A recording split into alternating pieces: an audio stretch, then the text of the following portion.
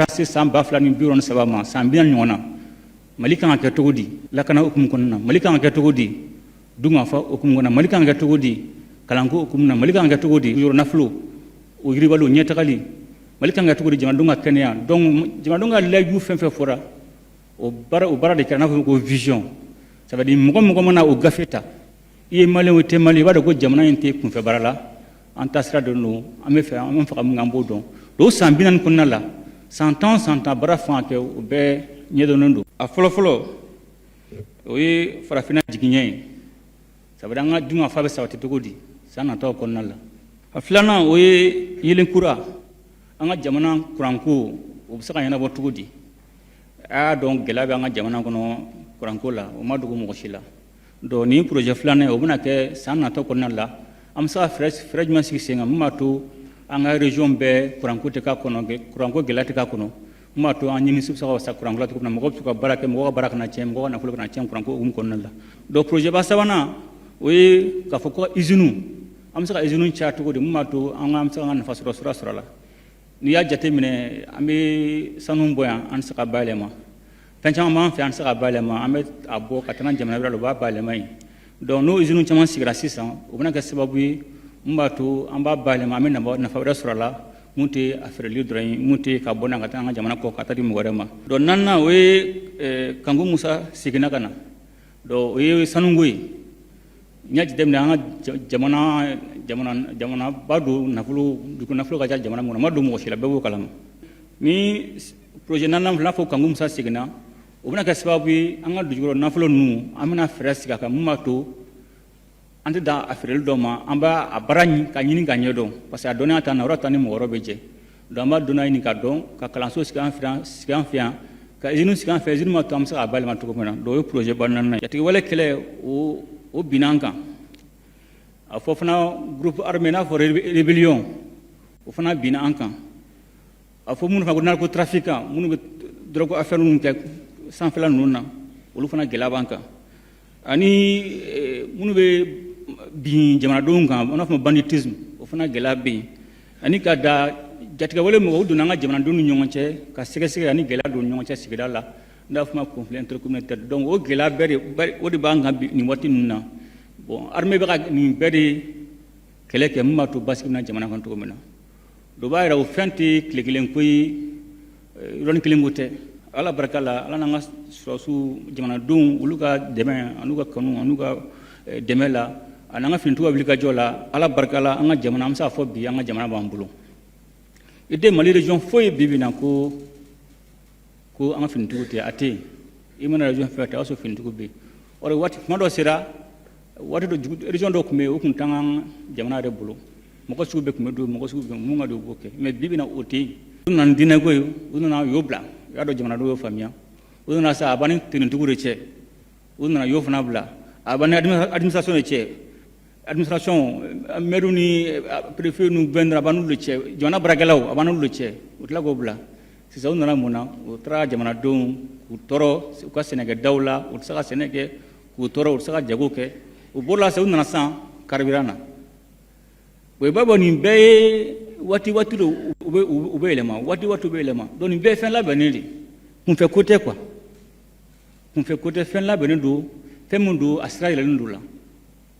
n'e ko k'e bɛ jamanadenw de e bɛ yan jamanadenw de kama e tɛ se jamanadenw ma mun t'i bi mɔgɔ kan mɔgɔ min ka dahirimɛ ɲini mun t'i bila ka mɔgɔw ka usine jeni u kunna nafolo mun t'i bila ka mɔgɔw dɛsɛ k'u ka t'u ka foro la donc o b'a yira ko a fɛn bɛ kɛlɛ de ka fɛɛrɛ tigɛ fɛɛrɛ min b'a to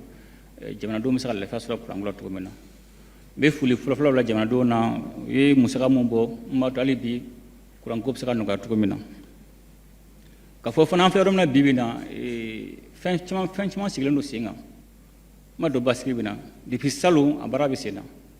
mais n bɛ se k'a fɔ mun na bi bi in na n bɛ se k'a fɔ ko bi ka fisa ni kunun ye parce que salon a kun ka kalan yɛrɛ yɛrɛ mais a bɛ ɲɔgɔn dɔɔnin fo ka taa fɔ k'a banna centrale solaire ninnu a bɛ temps ta parce que an ko taji dɔrɔn tɛ se ka ɲɛnabɔ fo an ka centrale solaire dilan ala barika la a baaraw bɛ ka continuer a bɛ ka continuer donc o b'a to n'olu fɛnw sigira sen kan gɛlɛya bɛ ban mais yɔrɔnin kelen tɛ san kelen tɛ san fila tɛ a bɛ ban dɔɔnin ka taa an ye œuvre sociale an y'a bayɛlɛma Bamakɔ siraba ninnu bɛɛ an ye lampadaire solaire an y'o san ka don a bɛɛ la Bamakɔ siraba ninnu bɛɛ la ka tila ka dɔgɔtɔrɔso ninnu ka tila ka panneau solaire don a bɛɛ kelen-kelenna an ka artisans ministre de la culture mɔgɔw olu ka tailleurs minnu bɛ soudeur ninnu mɔgɔ caman ka baara tiɲɛna ka da kuranko kan an ye panneau solaire di a caman ma an tila Bamakɔkaw la Kulukɔrɔkaw bɛ yen région tɔw bɛɛ bɛ yen an bɛ tila ka passer ka taa d'u bɛɛ ma minnu tɔgɔ d'an ma mun b'a to u ye degun sɔrɔ kuranko la u kana se k'o degun sɔrɔ bilen contrat fɛn renégociera an ye miliyari 761 de sɔrɔ o de sɔrɔla négociation na